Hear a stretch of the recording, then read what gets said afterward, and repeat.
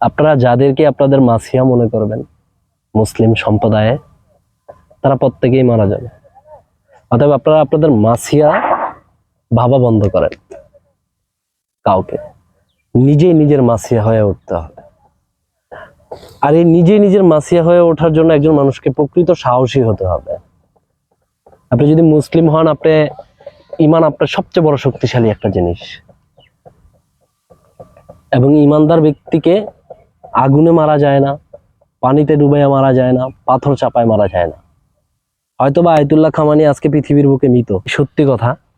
Ayatollah Khamenei কিছু মানুষের কাছে মৃত, তিনি জীবিত।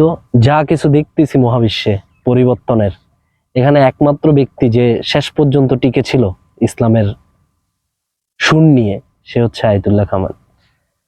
এখন আপনারা বলতে পারেন যে ভাই, আয়াতুল্লাহ খামানির সহযোগী কেউ হলো না কেন এত মুসলিম দেশ থাকতে? এটার রিজন হচ্ছে মুসলিম সম্প্রদায় জানেই না তার শত্রুকে এবং তার বন্ধুকে।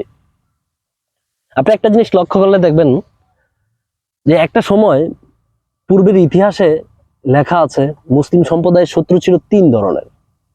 এক ছিল সেলিভীয়, আরেকটা সম্প্রদায় হচ্ছে মোগল,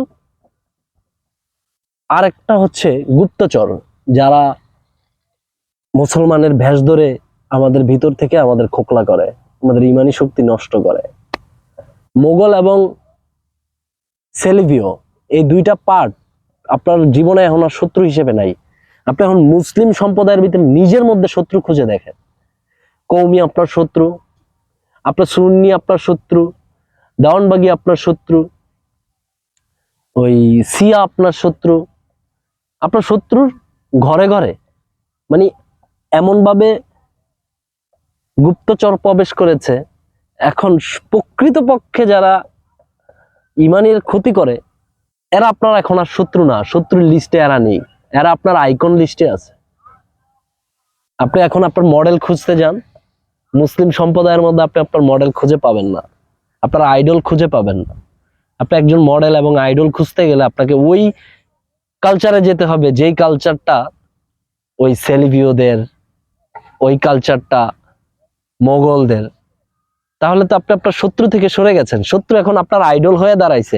কিন্তু আপনি মুখে বলছেন আপনি মুসলিম সম্প্রদায়ের এবং আপনার প্রতিনিয়ত নামাজে বলছেন আপনি ইমানদার। তাহলে কি আপনি পারবেন? তাহলে আয়াতুল্লাহ খামানি যে কোনো সহদর বন্ধু পাবে না, এটা তো সিম্পল হিসাব। আপনি যারাই আজকে ফেসবুকে বা আয়াতুল্লাহ খামানির ছবি দিয়ে প্রোফাইল পিকচার লাল করছে, এতে কিচ্ছু যায় আসে না। আপনি ব্যক্তিগতভাবেও আয়াতুল্লাহ খামানির সহযোদ্ধা না। যা করতেছেন সেটা শুধুমাত্র একটা খোলসার মধ্যে আছেন। আপনার টেকনোলজির পাগল, আপনি বাঁচতে চান, আপনি অনেক বেশি বাঁচতে চান, কিন্তু কি পন্থায় বাঁচবেন সেই পন্থাটা আপনার কাছে অজানা। আপনি এখন মরার জন্য অপেক্ষা করতেছেন। আপনি কবে মরবেন? আপনি গোলামির শেষ স্টেজে আছেন। আপনি যে গোলামির কোন স্টেজে থাকলে একটা মানুষ বলতে পারে যে এখন মৃত্যুর জন্য অপেক্ষা করা ছাড়া আমার আর কোনো স্বাদ নেই? আপনি গোলামির এই জীবনে প্রতিনিয়ত আলহামদুলিল্লাহ বলতেছেন আর মনে মনে ভাবতেছেন যে আপনি মুসলিম, আপনার জন্য এই জন্য আপনার আল্লাহর প্রতি শুকরিয়া আদায় করতে হবে প্রতিনিয়ত, কিন্তু জেনুইনলি না। আপনি শুকরিয়া আদায় আল্লাহর জন্য করতেছেন, আপনি আপনার ভয়ের জন্য শুকরিয়া আদায় করতেছেন। আপনি যদি এখন শুকরিয়া আদায় না করেন তাহলে আল্লাহ তাআলা ভবিষ্যতে আপনার জন্য আরো কঠিন করবে। এই জন্য আপনি শুকরিয়া আদায় করতেছেন। আল্লাহকে ভালোবেসে তার সৈনিক হয়ে, রাসূলের সৈনিক হয়ে কি আপনি আল্লাহর প্রতি আলহামদুলিল্লাহ বলতেছেন? কখনোই না। এটা আমাকে যদি কেউ বলে তাহলে আমি বলবো ঠিক আছে, হয়তো বা সাময়িক সময় তর্কের খাতিরে মেনে নিব, কিন্তু আপনাদের বাহ্যিক জীবনটা তো আমার কাছে স্পষ্ট।